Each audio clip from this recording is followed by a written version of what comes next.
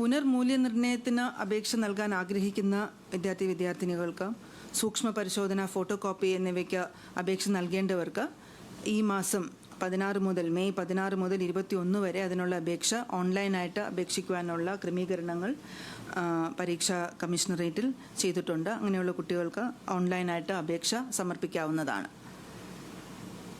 പിന്നെ save year പരീക്ഷ, പരീക്ഷ ഈ വർഷം ജൂൺ മാസം ആദ്യവാരം നടത്തി ജൂൺ അവസാനത്തോടെ ഫലം പ്രഖ്യാപിക്കുന്നതിനുള്ള ഏർപ്പാടുകളും പരീക്ഷാ കമ്മീഷണറേറ്റിൽ ചെയ്തിട്ടുണ്ട്.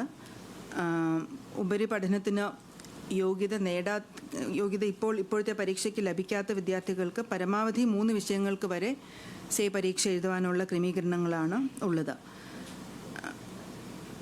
പരീക്ഷ പാസ്സായ എല്ലാ കുട്ടികളുടെയും സർട്ടിഫിക്കറ്റ്സ് ഡിജി ലോക്കറിൽ ലഭ്യമാക്കുന്നതിനുള്ള നടപടിക്രമങ്ങളും പരീക്ഷാ കമ്മീഷണറേറ്റും DGEയുടെ ഓഫീസും ചെയ്തിട്ടുണ്ട്. അപ്പോൾ ഇതാണ് ഈ വർഷത്തെ SSLC പരീക്ഷ നട്ട്ഷെല്ലിൽ പറയുന്നത്.